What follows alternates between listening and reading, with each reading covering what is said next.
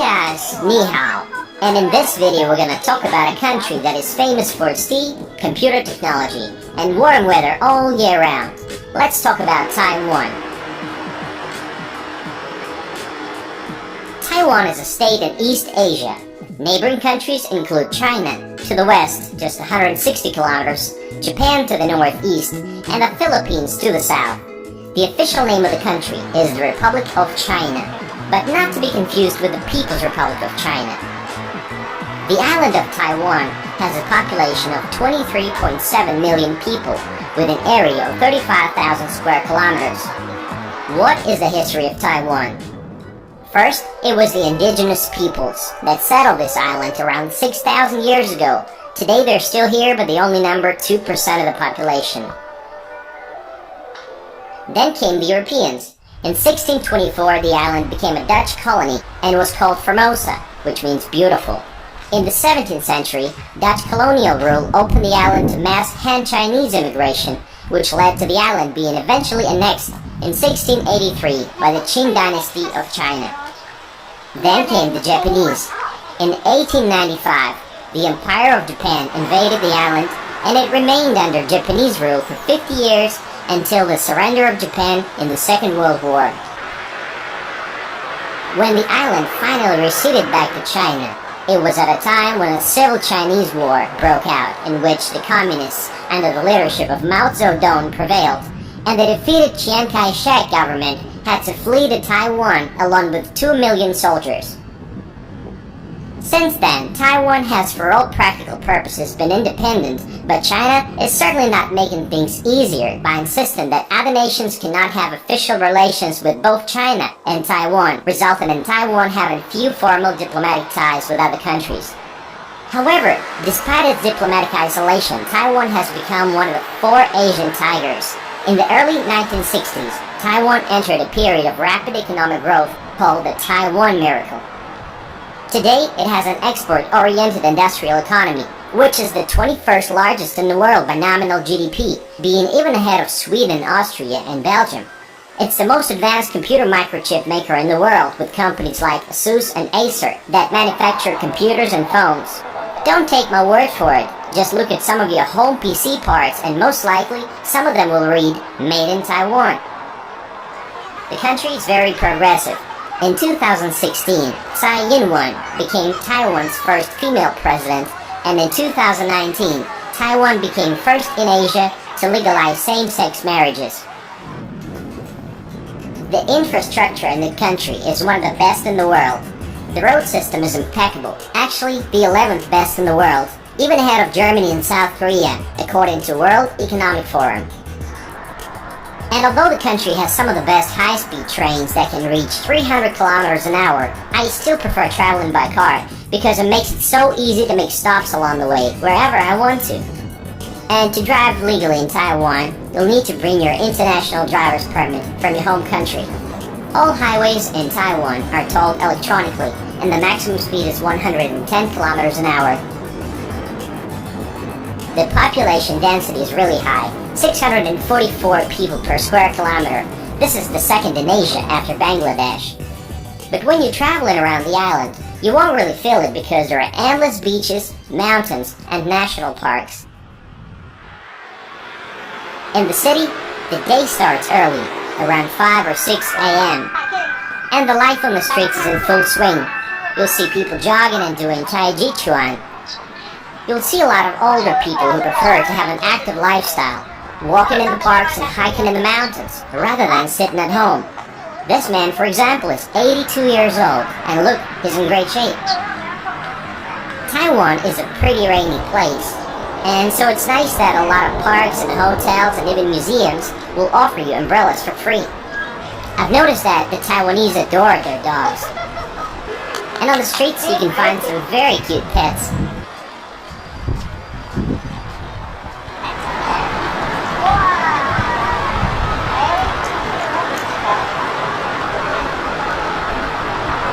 Also, they love playing lotteries, and it seems like places selling lottery tickets are never empty. Oh,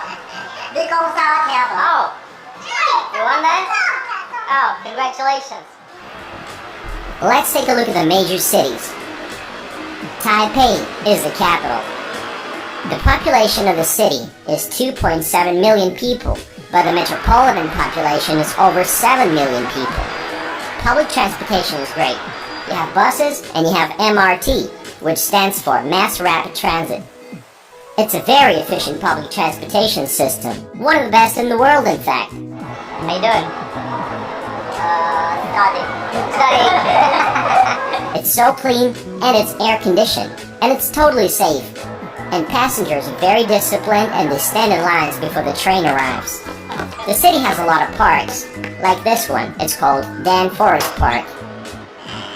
It was nice seeing people go jogging and doing Tai Chi Chuan in the morning. It is also a bike-friendly city, and it seems like all the students going to the National Taipei University are riding bikes. By the way, this university is the best in Taiwan, and it's the 50th best in the world, and the campus area is just enormous, and there are 32,000 students studying there. Let's go talk. The skyline of the city is crowned by the 509-meter-tall, bamboo-shaped Taipei 101 skyscraper. This building was officially classified as the world's tallest from its opening in 2004 and until 2010, when it completed the Burj Khalifa in Dubai. Taipei 101 is designed to withstand the typhoon winds and the earthquake tremors that are common in this area. Inside, everything is first class and state-of-the-art, from upscale shopping experience and a great choice of restaurants, to one-of-a-kind high-speed elevator that reaches 60 kilometers an hour, and the world's largest tuned mass damper, weighing in at 660 metric tons. This technological marvel helps stabilize the building. The city is also known for its lively street food scene with many night markets, including Shalin and Raupo night markets. Some of the major sites include Liberty Square and the Chiang Kai-shek Memorial Hall. It's a national monument erected in memory of former President of the Republic of China. People come here to watch the changing of the guard ceremony. National Palace Museum. It has a permanent collection of nearly 700,000 pieces of ancient Chinese imperial artifacts and artworks. 8,000 years of history. They were evacuated during the Chinese Civil War. Longshan Temple. It was built in 1738, so it's almost 300 years old. It served as a place of worship and a gathering place for the Chinese settlers. Elephant Mountain, or Sangshan. It's a popular 183-meter-high, 1.5-kilometer long hiking trail.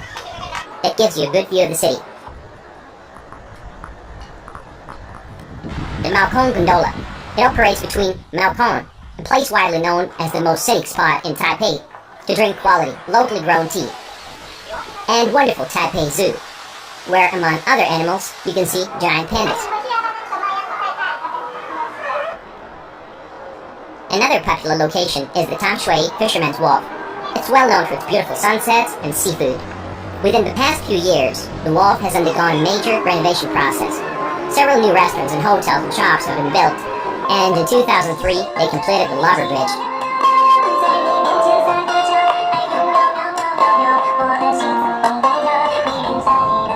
You will come across another city named New Taipei, which is basically an extension of Taipei City because it completely surrounds it.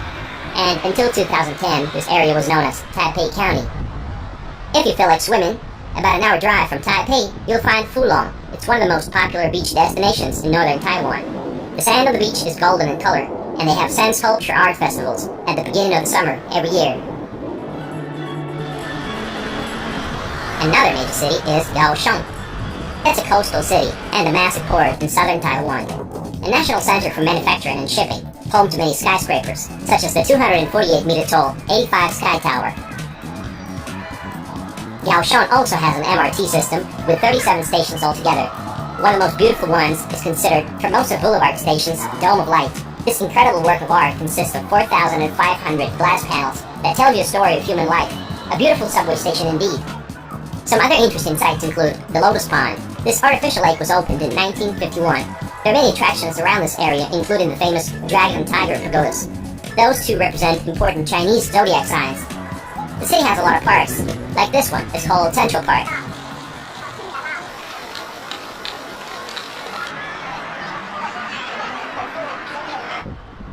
The focal point of the city is the Love River, with walking paths and cafes along its banks.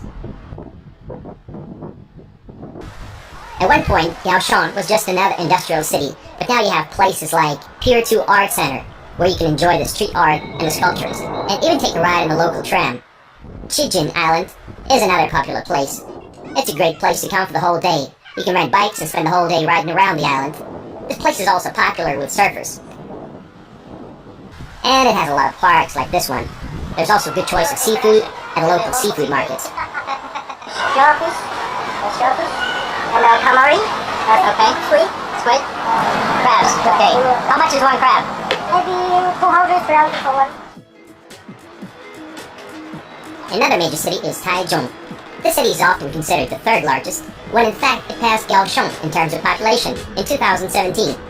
This city was planned and developed by the Japanese. It was called the Kyoto of Formosa because of its calm and beauty. Taichung is an industrial city on the western side of central Taiwan. It's a gateway for exploring the island's mountains interior. At the same time, it has a bustling city center with museums and temples, an ornate brick Taichung station, a legacy of the Japanese colonial period. The new parts of the city look amazing. Like this one, it's called Situng District. Once it was just a part of the countryside, but now it has seen some rapid growth in the recent years, with new malls and office towers being built, and recreational areas like this Maple Garden. And the presence of Ferrari and Maserati dealerships tells you that the economy is doing pretty well. On top of that, this part of the island has the most comfortable climate, subtropical.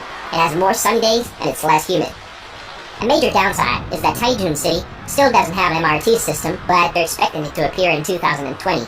Some interesting sites in the city include National Taichung Theater. It's an opera house in the Situng District, a 21st century cultural facility that is not only a new landmark for the city, but also it's starting a new page in Taiwanese performing arts. National Taiwan Museum of Natural Science. It's very educational and fun, and it houses the Space IMAX Theater, Science Center, Life Science Hall, and so much more. Taichung Park. It's the oldest park in the city. It was built when Taiwan was still under Japanese rule.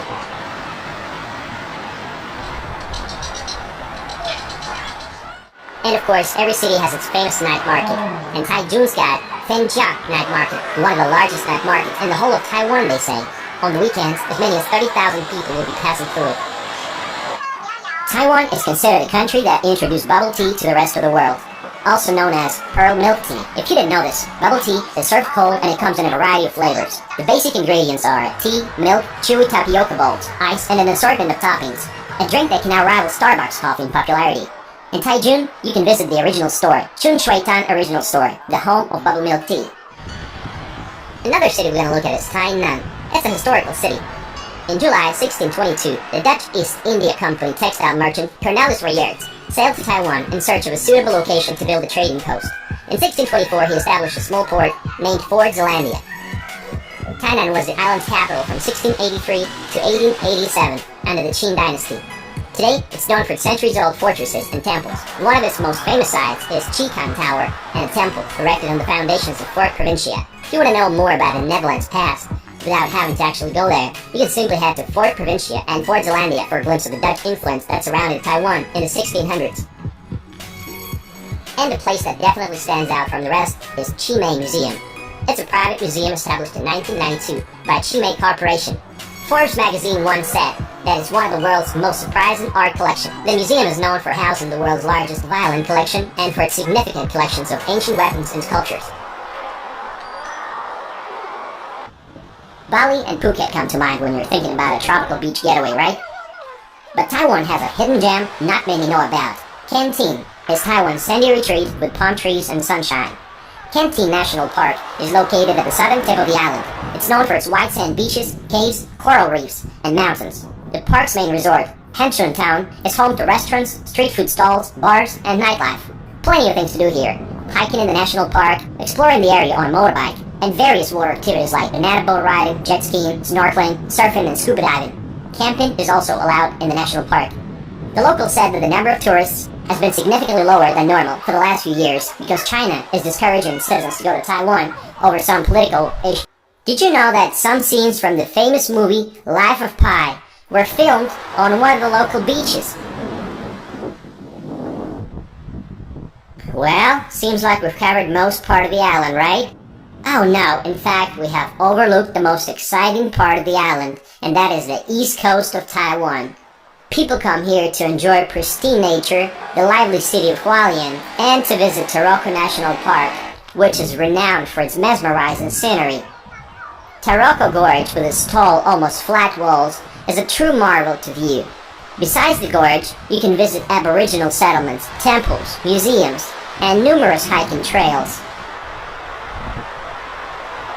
The highway that goes through the park is truly an engineering masterpiece by itself. It's dangerous, as it cuts through the mountains full of sharp turns and narrow paths, but it's a lot of fun to drive, and it offers spectacular views.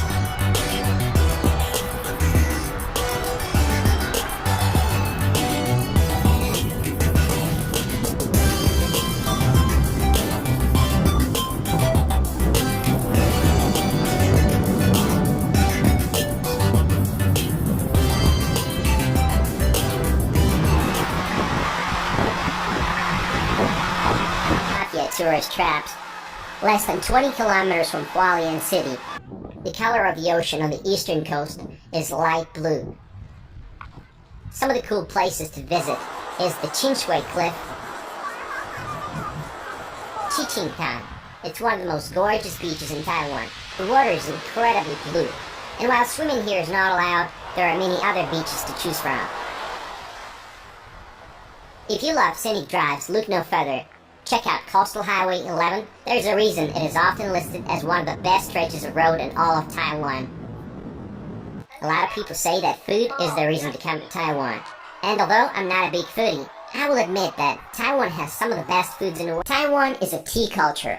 While there are many coffee places around the island, locals prefer iced tea with different flavors, oolong being the most popular, and it's extremely cheap. Why is Taiwan a great place to visit? Well, let me just say that you get more than you pay for. When you book a 3-star hotel, you can be sure it will feel like a 4-star. Almost every room that I stayed in had a jacuzzi, even though I was traveling on a budget. People are very friendly. People will just randomly invite you to all sorts of events. And I was once invited to the skimboarding events, and we had lots of fun. People were super friendly. My first introduction to Taiwan was when I was at an MRT station looking at the map trying to figure out how to get to my hotel. And this dude came up to me and he said, "Can I help you?" I said, "Sure, I'm trying to get to my hotel room." And he spent something like 30 or 40 minutes of his time taking me all the way to my hotel. Taiwan's official language is Mandarin Chinese, but in major cities, a lot of people can speak pretty decent English. It's always a good idea to pick up some Mandarin before coming here. Honestly, the trip's been a lot of fun, and I have a lot of respect for Taiwan. Let's face it, Taiwan has come a long way. In 1951, it was an agricultural country, and agricultural production accounted for 35% of the GDP. Now today, it accounts for less than 2%. Taiwan today is a mix of big city life, partying, night markets, and state-of-the-art technology. And at the same time, its traditional tea ceremonies, bathing in hot springs, and incredible nature around you. From its rich culture to the natural beauty and its diverse cuisine, there's so much to see and experience in Taiwan. Welcome to Taiwan. Guanyin, Guanyin. Thanks for watching, guys.